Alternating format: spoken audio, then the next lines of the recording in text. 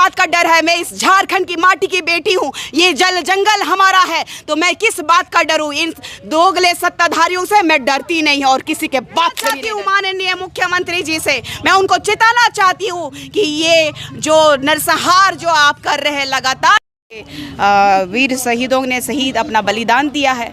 जैसा कि आपने सूर्य हांसदा जी का जो एनकाउंटर हुआ उसमें आपने देखा कि किस तरीके से प्रशासनिक पदाधिकारी प्रेस कॉन्फ्रेंस कर रहे हैं, उनके पास शब्द नहीं था।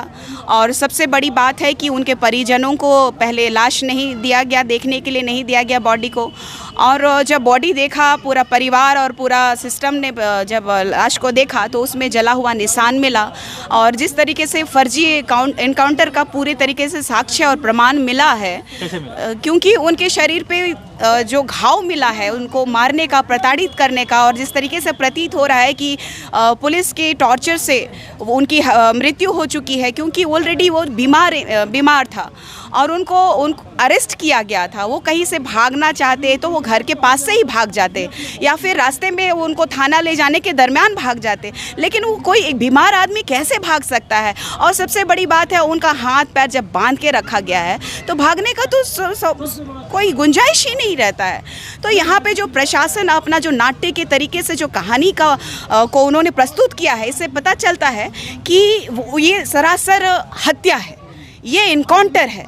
ये जो इनकाउंटर किया जा रहा है लगातार चिन्हित करके कि क्षेत्र में विकास ना किया जाए। हमने सोशल अपराधी, इनका कहना है आज के डेट में मेरे पे भी कई केसेस हैं। और माननीय मुख्यमंत्री हेमंत सोरेन जी के पिताजी जो अभी एक्सपायर कर गए, वो जो उनकी मृत्यु हो गई, उन पे कई केसेस रहे हैं। और उनकी बहन का मैं स्टेटमेंट सुन रही थी कि वो जंगलों में भागा करते थे केस मुकदमा से, पुलिस से, प्रशासन से बचने के लिए। तो ऐसे क्रांतिकारियों के तो कई केसेस होते हैं, फर्जी केसेस भी होते हैं। इसका मतलब ये नहीं कि मानव अधिकार का हनन किया जाए। लगातार ये झारखंड जो है अपने हक और अधिकार, जल जंगल जमीन की जब भी रक्षा की बात करता है तो यहाँ पर हमारे जो भी नेता हैं, हमारे जो भी आंदोलनकारी हैं, वो शहीद हो जाते हैं, उनकी हत्या कर दी जाती है, उनका इनकाउंटर कर दिया जाता है। ये दुर्भाग्य का विषय है कि हमारे झारखंड के आदिवासी मुख्यमंत्री, और वो भी ऐसे पूर्व मुख्यमंत्री के, झारखंड के आंदोलनकारी के बेटे जिनको दिशम गुरु के नाम से जाना जाता है, वो भी कई केस खा करके बैठे हुए थे और वो आज नहीं रहे। तो उनके अंतिम संस्कार में जो जन सैलाब निकला,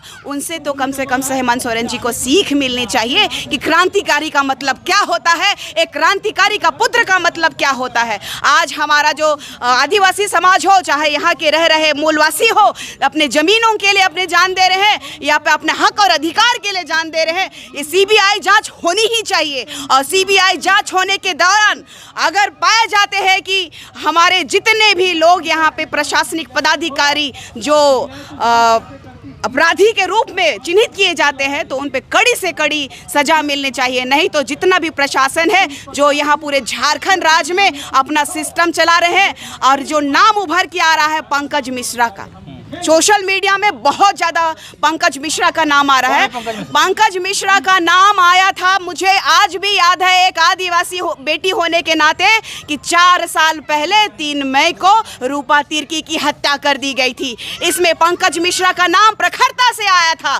पंकज मिश्रा का कोई भी किसी भी तरह का बाल भी बाका नहीं हुआ, क्योंकि ये माननीय मुख्यमंत्री के संरक्षण में रहते हैं। माननीय मुख्यमंत्री जी ने यहाँ के झारखंड के आंदोलनकारियों को, यहाँ के झारखंड का बेटा और बेटियों को यहाँ से समाप्त करके अपने कुर्सी को बचाने का काम माननीय हेमंत सोरेन जी कर रहे हैं। यहाँ बाहरियों को यहाँ बैठा करके, यहाँ दलाली करवा करके, गुंडागर्दी करवा करके, लोगों की हत्याएं करवा करके अपना पूरा साम्राज्य स्थापित करना चाहते हैं। मैं कहना चाहती हूँ माननीय मुख्यमंत्री जी से, मैं उनको चिताना चाहती हूँ कि ये जो नरसंहार जो आप कर रहे हैं लगातार, हमारे आदिवासी मूलवासियों का जल जंगल जमीन और यहाँ के जो अबरक कोयले और यहाँ के खनिज संपदा का जो आप काला बाजार जो व्यापार कर रहे हैं, अगर बंद नहीं किए तो हम युवा उलगुलान करेंगे।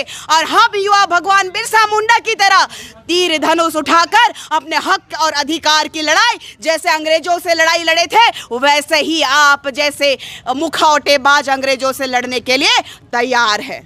पंकज मिश्रा बिहारी है और वो पत्थल के व्यवसायी के रूप में जाने जाते थे और जेएमएम के वो पार्टी के वरीय पदाधिकारी है और मुझे जहां तक मालूम है कि वो गुंडा और क्रिमिनल प्रवृत्ति का व्यक्ति है जो कि हमेशा से हमारे आदिवासी और मूलवासियों को डराने का धमकाने का काम करते हैं।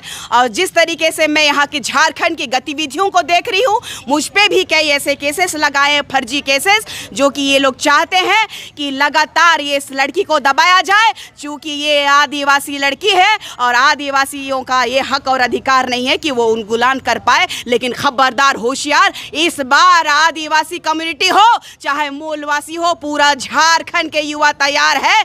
आपके जैसे मुखौटेबाज मुख्यमंत्री हो, चाहे मंत्री हो, चाहे सांसद हो, चाहे विधायक हो, चाहे कोई भी गुंडा मवाली क्यों ना हो, जब बाहर से आए हुए लोग हैं, यहाँ पर जो बाहरी लोग गुंडा राज जो चला रहे हो, उनको क्यों नहीं इनकाउंटर कर सकते हो? उनसे क्या पैसे लेके बैठे हो? जब यहाँ के बाहरी लोगों को साम्राज्य स्थापित करवा सकते हो तो हम लोगों को तो मरवाओगे ही ना। ये आपका दोहरा चरित्र दिखता है और आपको मैं चेताने का काम करती हूँ कि उलगुलान शुरू हो चुका है, कभी भी आग फूट सकता है और आपके ऊपर जो भीड़ है ना, कभी भी आक्रोशित हो सकती है। तो खबरदार और होशियार। किसका बोल रहे हैं? मैं माननीय मुख्यमंत्री जी को कह रही हूँ, क्योंकि उन्होंने ही पंकज मिश्रा जैसे बाहरी ठेकेदार और गुंडे को पार्टी में भी जगह दिया है, व्यापार में भी जगह दिया है और इस झारखंड राज्य में अपना मनमानी करने के लिए जगह दिया है। क्योंकि मैंने देखा कि उनका एक ऐसा वीडियो वायरल हो रहा है जो वो फरमान दे रहे हैं। क्या एसपी है वो? क्या डीसी है वो? क्या वो थानेदार है? क्या वो फरमान दे रहे हैं कि ये नहीं रहेगा, वो नहीं रहेगा, इसको मरवा देंगे, वो खत्म हो जाएगा? कौन है वो? क्या मुख्यमंत्री जी का कॉपी है वो? तो बताए, लिखित बताए माननीय मुख्यमंत्री जी कि आप सत्ता नहीं चला सकते हैं, बाहरी लोग सत्ता चला रहे हैं, तो इसका भी आप लिखित दे दीजिए और घर पे कुर्सी में बैठ करके अपनी बीवी के पल्लू में छुपने का काम कीजिए। नहीं लग रहा है? मुझे किस बात का डर है? मैं इस झारखंड की माटी की बेटी हूँ, ये जल जंगल हमारा है, तो मैं किस बात का डरूं इन दोगले सत्ताधारियों से?